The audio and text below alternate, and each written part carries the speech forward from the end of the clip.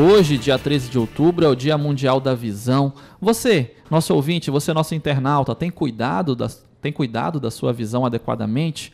Para a gente conversar sobre esse assunto, convidamos aqui o médico oftalmologista Carlos Lima, que conversa conosco agora ao vivo aqui na bancada da CBN Amazônia. Doutor Carlos, seja muito bem-vindo. Boa tarde para você. Boa tarde, doutor. Boa tarde a todos. Sempre é um prazer poder contribuir com informações sobre saúde ocular. E vamos lá para as dúvidas dos nossos ouvintes. Quais são os principais cuidados que nós temos que ter com a visão, doutor? Eu acredito que o principal cuidado, a gente pode elencar um cuidado, é realmente fazer uma consulta, um acompanhamento médico, um oftalmológico adequado, de uma forma precoce e periódica também com um profissional adequado. Então, a gente observa que às vezes as pessoas demoram para procurar um atendimento médico, ou por não ter tempo, ou porque às vezes não tem acesso a isso. E, às vezes, por não ter um diagnóstico precoce de uma patologia, isso acaba evoluindo para uma perda de visão. E hoje, no Dia Mundial da Visão, a gente tem que falar sobre isso, porque a gente tem muitos casos de cegueira no mundo todo. A gente até fala de uma epidemia de cegueira.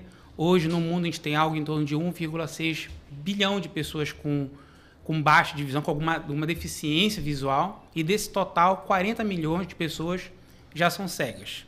Desses 40 milhões, 500 mil pessoas só aqui no Brasil. Se você for fazer uma pesquisa, um estudo, 70% a 80% das pessoas que recebem algum benefício do INSS têm deficiência, tem algum grau de deficiência visual, ou como causa primária da sua deficiência, ou como secundária. Então, hoje, a cada 5 segundos, uma pessoa fica cega no mundo. Desse total dessas pessoas, 90% são em países emergentes ou subdesenvolvidos. Agora, a boa notícia é que 80% dessas causas de cegueiras são tratáveis ou evitáveis. E aí a gente tem que realmente falar do atendimento médico de uma forma mais precoce, adequada e contínua. Não adianta ser precoce se não for adequada, se não for contínua. Não adianta ser adequada e contínua se não for precoce. Então, isso acaba sendo muito importante. Óbvio que outras coisas são importantes também, como prevenção prevenção do diabetes. Outra coisa importante, prevenção de doenças, de traumatismos oculares, que é uma causa frequente também de baixa de visão e perda de visão. Agora, doutor, quais são os sinais de alerta, né, de que aquela pessoa tem que procurar um atendimento, né, médico junto a um oftalmologista para verificar, de repente, qual que é o problema, né, que ele está tendo na sua visão? Quais são os sinais de alerta? Na verdade, toda pessoa, independente de ter sintoma ou não, ela precisa fazer um acompanhamento oftalmológico. Então, assim, esperar ter um sintoma para procurar pode ser tarde demais. Não é o adequado, né? Não é adequado, porque muitas doenças são insidiosas, tem sintomas, tem um quadro clínico subclínico, um quadro clínico silencioso.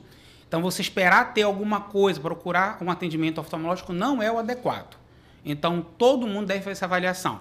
Quem enxerga bem, não tem queixas visuais, aí pode fazer uma avaliação a cada 1 ano e meio, 2 anos. Mas para quem já usa algum tipo de óculos ou para quem já tem alguma doença ocular, é bom fazer um acompanhamento anual.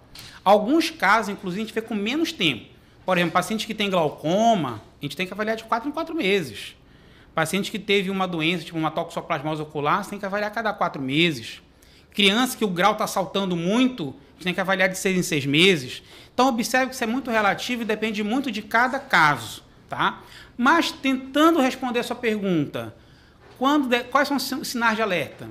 Baixa de visão, fotossensibilidade intensa, olho vermelho, alteração no movimento ocular, um desalinhamento nos olhos, visão duplicada. Tudo isso são sinais de alertas, né? Porém, a gente nunca tem que esperar ter esses sinais de alerta. Eu sempre digo que os olhos é a janela da nossa alma. Não tem esse negócio? Então, os olhos é do nosso corpo também. Quantos e quantos pacientes nós, oftalmologistas, damos diagnóstico de diabetes ou de uma doença neurológica pela uma avaliação oftalmológica? Às vezes o paciente ele chega para trocar o óculos, quando você vê o fundo de olho, você vê vários pontos de hemorragia no fundo do olho, e você pergunta para o paciente, você tem diabetes? Doutor, não tenho. E aí ele vai fazer uma avaliação, ele já tem diabetes, ele já está com uma retinopatia diabética. Um paciente que refere dor de cabeça, acha que ele não está enxergando bem, por isso que tem dor de cabeça, e quando você vai ver o nervo do olho do paciente, lá no fundo está com algum edema. E você sugere para você uma doença neurológica. O paciente vai fazer um exame e tem um tumor intracraniano. Então, é muito interessante porque essa avaliação oftalmológica não só pode prevenir doenças oculares, mas como pode ser... Você pode dar diagnóstico de outras doenças sistêmicas do paciente também. Doenças infecciosas, reumatológicas, neurológicas. Então, isso acaba sendo muito importante. Estamos conversando aqui no Tarde de Notícias com o médico oftalmologista, o Dr. Carlos Lima. Dr. Carlos, quais são as principais causas de cegueira no Brasil? Bem, nós temos muitas causas de cegueira, mas as principais causas, a principal causa de cegueira são os erros refracionais. O que são os erros refracionais? São os graus, né? Miopia, hipermetropia e o astigmatismo. Então, são os principal causa de cegueira, mas temos também a catarata, que é a principal causa de cegueira reversível no mundo. Nós temos o glaucoma, a catarata é aquela opacificação do cristalino, que é a nossa lente natural do olho, né? Nós temos o glaucoma, que é a principal causa de cegueira irreversível no mundo. Qual é a diferença?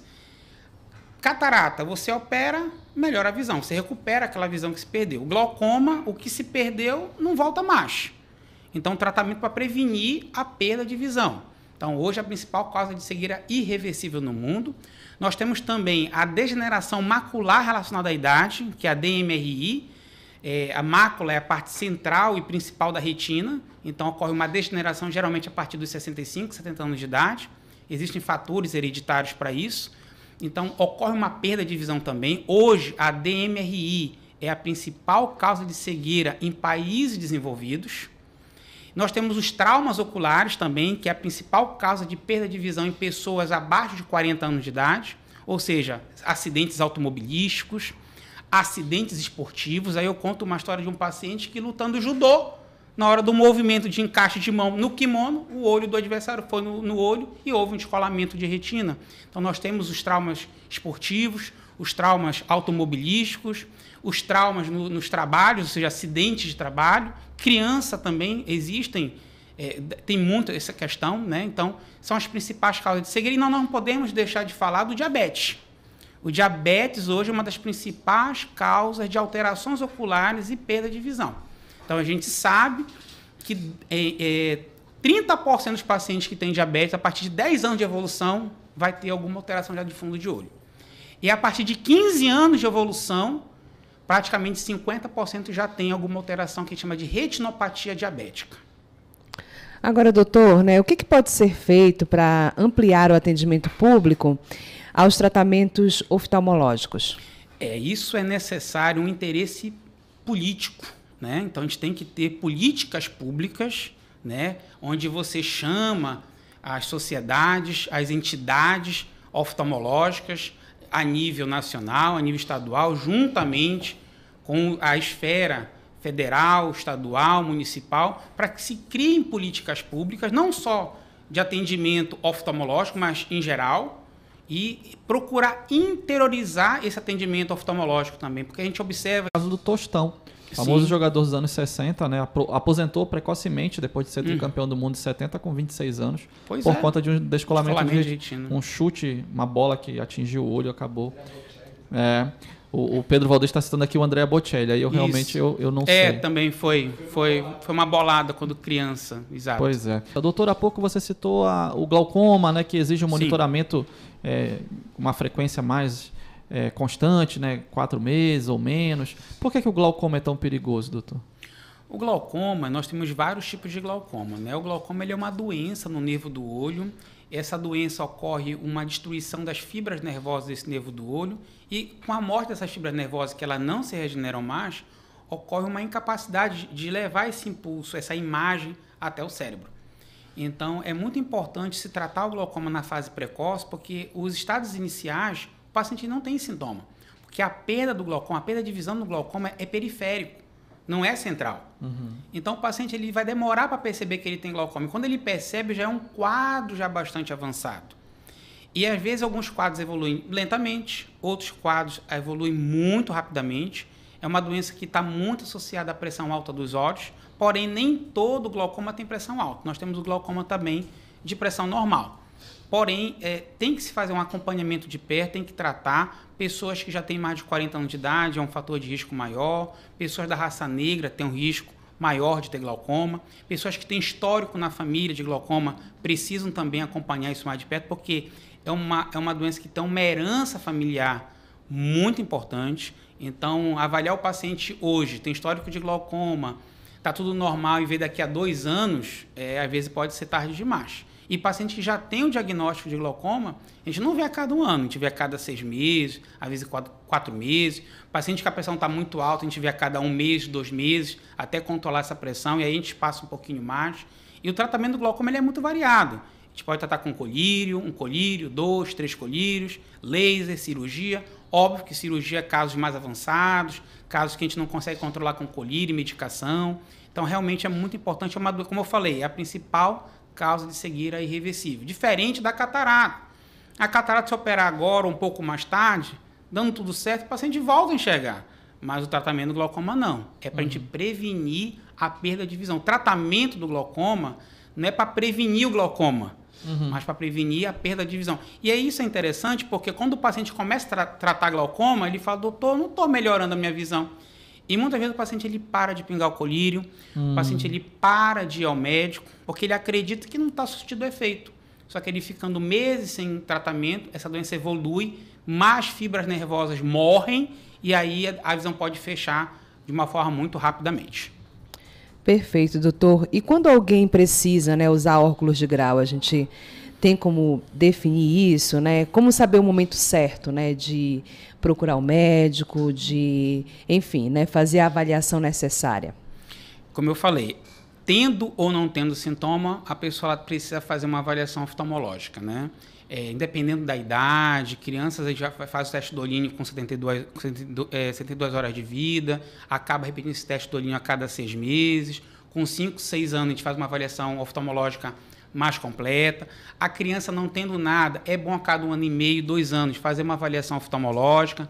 Paciente que já usa óculos tem que fazer avaliação todo ano. Porém, uma coisa interessante, ter grau não significa dizer ter que usar óculos. Porque se o paciente tem um grau baixo e não tem sintoma, não há necessidade de usar o óculos. Agora, se o paciente ele tem sintoma, mesmo tendo um grau baixo, aí já há aquela necessidade de usar um óculos.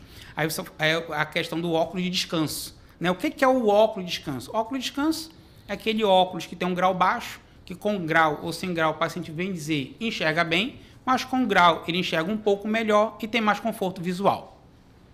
Maravilhas, batemos um papo muito legal aqui com o Dr. Carlos Lima, médico oftalmologista, nesse dia 13 de outubro, que é o Dia Mundial da Visão. Dr. Carlos, muito obrigado. Obrigada, doutor. Muito obrigado a todos, sempre é um prazer poder contribuir com informações sobre saúde ocular. Estamos sempre à disposição para qualquer tipo de esclarecimento.